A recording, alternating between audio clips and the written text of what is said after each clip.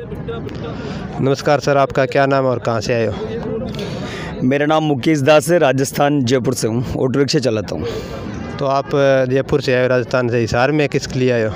हिसार में मैं अपने गुरुजी संत रामपाल जी, जिनको मैं भगवान मानता हूँ। पहले तो मैं भी यही समझता था लोगों की तरह कि संत रामपाल जी महाराज एक आम इंसान है, लेकिन जब मैंने रामपाल जी महाराज का, जब मैं ऑटो रिक्शा चला रहा था राजस्थान में जयपुर में, एक रजवाड़ा गार्डन है, रजवाड़ा गार्डन में गुरुजी के सत्संग चल रहा था।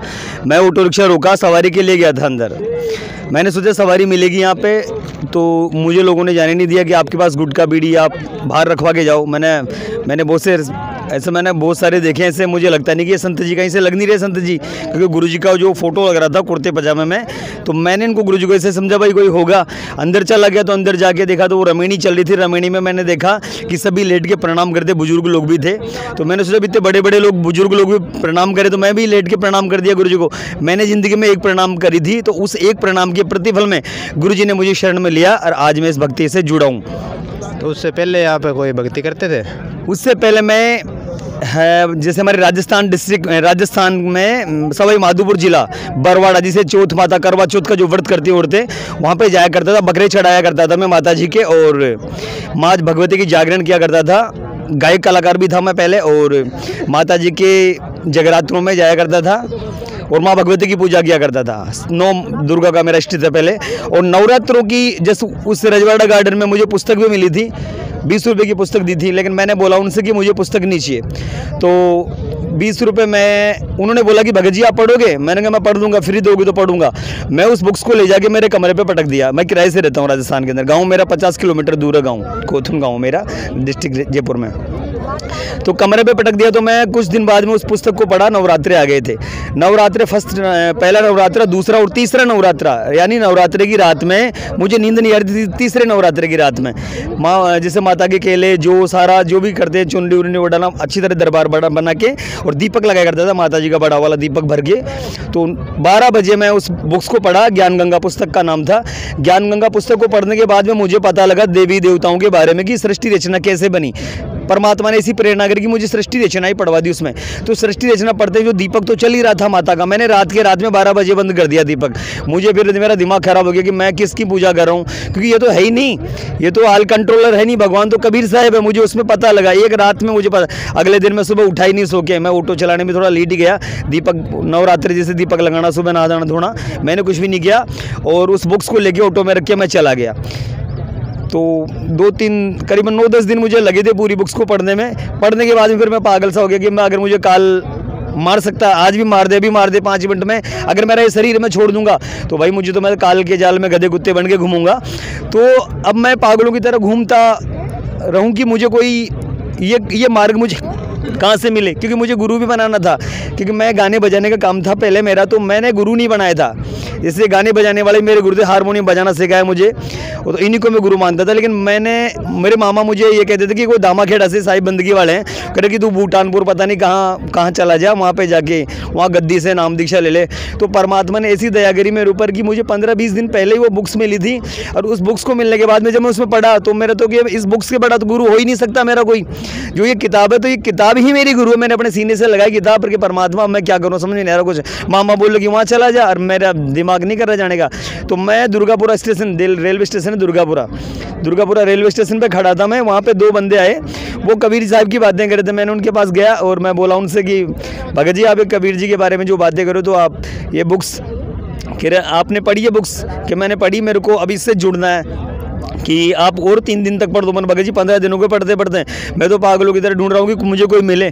तो वो भगत जी अपना ऑटो तो वहीं, वो बोले कि मेरे नंबर ले लो, 3 दिन बाद में आप मेरे को 3 दिन और मेरे को टाइम दो, आप 3 दिन तक और पढ़ लो। तो वो अपने मुझे बुलाया और उनके ऑटो में मैं बैठ गया और नाम स्थल जाके गुरुजी से नाम दीक्षा लेके मैं ये भक्ति परमात्मा की दया से मालिक की शरण में आया हूँ। अच्छा, मैं इंटरव्यू देने का मुझे कोई शौक भी नहीं है, लेकिन मैं तो कहने का मतलब है कि मैं तो दुनिया वालों को ये कहना चाहता हूँ कि संत रामपाल जी महाराज, जिनको आप एक जनसाधारण समझ रहे हो, Sant Rampal ji Maharaj all controller supreme God, थोड़ा सा इसे ऊपर कर लो, all controller supreme God, Kabir is God. जैसे सूरत फुरकानी आयत नंबर 25 कुरान के अंदर मेरे भगवान ने, संत रामपाल जी को मैं भगवान कहता हूँ, उनके अलावा इस आसमान धरती को बनाने वाला कोई हो भी नहीं सकता। क्योंकि सूरत फुरकानी आयत नंबर 25 कुरान के अंदर 59 पे संत रामपाल जी महाराज ने अल्लाह का नाम बताया कि फला तुतिल भी काफिरा जिहादा कबीरा कबीरन कबीर। उस अल्लाह का नाम, उस अल्लाह ताला का नाम कबीर है। तो आज मुसलमानों को बुरा लगा कि संत रामपाल जी महाराज ने क्या क्या कर दिया। फिर हिंदुओं के अंदर जैसे 4 वेद है, वेदों के अंदर परमात्मा ने कबीर जी का नाम बताया, कबीर अंगारी सी कबीर बम्बारी सी, वो कबीर है। गुरु ग्रंथ साहिब के अंदर जैसे सिख लोग जो पगड़ी पहनते हैं उनको आज तक ये पता नहीं कि परवरदिगार कौन है। तो 721 राग श्री महला पहला 721 पे यक अर्जम गुप्तम पेशदर कून करतार हक्का कबीर करीम तू एब परवरदिगार। और नानक जी ने, गुरु नानक देव जी ने कहा कि तेरा एक नाम तारे संसार में यह आस यह आधार। ये नानक नीच कहे विचार धानक रूप रहा करतार, है ना कि फाई सुरुति मल्लू की बेसिया ठगवाड़ा ठगी देश हर खरा सियाणा भोताबार धानक रूप रहा करतार। ये चरखा चलाने वाला ये जो कबीर है, ये धानक रूप में जो बैठा है, ये लीला कर रहा है। तो आज ये कुत्ता कहता है संत रामपाल जी महाराज का कि ये जाट रूप रहा करतार। आओ लोगों और पहचानो बंदी छोड़ को, ये जाट रूप रहा करतार। रो रो के कहूंगा, दुनिया को चीख चीख के कहूंगा, संत रामपाल जी महाराज भगवान है, भगवान है।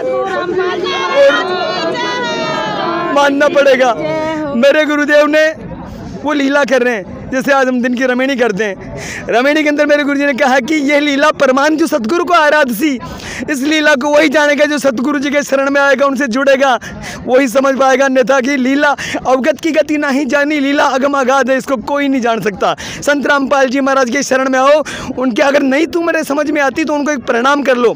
एकांत में जाके किसी के सामने नहीं कर सकते, एकांत में जाके संत रामपाल जी महाराज को दंडोत प्रणाम करना और ये कहना कि हे संत रामपाल जी महाराज, आप हमें अपना पद समझाओ, परमात्मा आप हमें हमारी शरण में लो। एक प्रणाम करके देखना, संत रामपाल जी महाराज को यूं खींच लेंगे चुंबक की तरह, यूं। तो संत रामपाल जी महाराज की मार्केट में बुक्स से, मार्केट में तो कर नहीं मिलती, हमारे जो भगत भाई है संत रामपाल जी महाराज के जो शिष्य हैं वो मार्केट में बुक्स सेवा करते हैं। उनकी किताब का नाम है ज्ञान गंगा। अंधश्रद्धा भक्ति खतरा ए जान, जीने की राह, डरो भगवान से, भक्ति से भगवान तक, बहुत सारी किताबें संत रामपाल जी महाराज की ज्ञान गंगा। तो इन सभी किताबों का धर्मार्थ मूल्य मात्र 10 रुपये और 20 रुपये ले जाते। क्यों? क्योंकि पहले तो गुरुजी फ्री में दिया करते थे, लेकिन लोगों ने क्या इसका दुरुपयोग कर लिया। जैसे कबाड़े में कोई कहाँ कोई, लेकिन जो अच्छी आत्मा होती है, परमात्मा कहते हैं कि समझेगा कोई राम का प्यारा तत्व भेद एक न्यारा। तो कोई जो अच्छी आत्मा होती है वो इसको पढ़ के तुरंत ग्रहण करती है ज्ञान को, वो नहीं देखती, मान बढ़ाई नहीं देखती। परमात्मा कहती है मान बढ़ाई ईर्ष्या तजना दुर्लभ है। और जब मान बढ़ाई जो छोड़ देता है तो परमात्मा की शरण में अपने आप आ जाएगा बुक्स को पढ़ के। तो 10 रुपये भी इसलिए लेते हैं गुरुजी क्योंकि इस दोबारा वो किताब भी छप जाती है, जनहित में जारी होती है और लोगों को संदेश मिलता है परमात्मा का।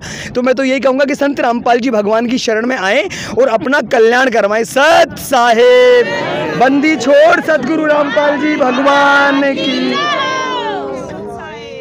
धन्यवाद।